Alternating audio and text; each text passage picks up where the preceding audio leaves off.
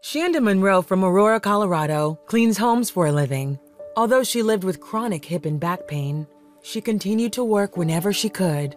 I've had a lot of pain off and on probably for the last 15 years.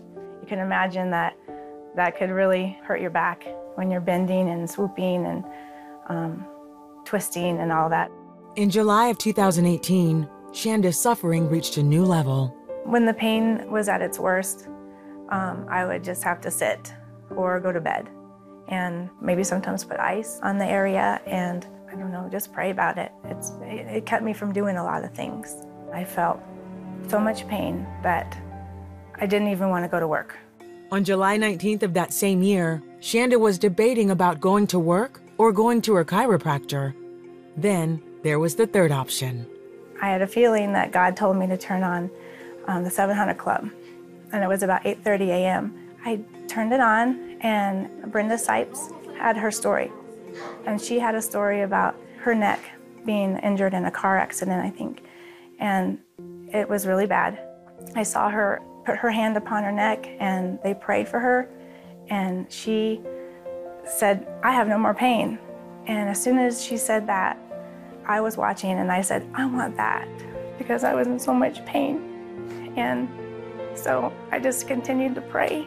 And then Wendy and Pat, they decided to pray, and they were wrapping up the show.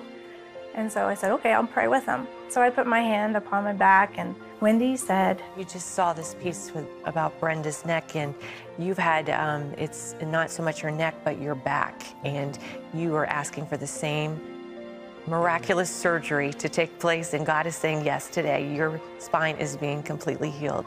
And I said, okay, God, I'm going to stand up, and I'm going to walk around because I don't feel any pain.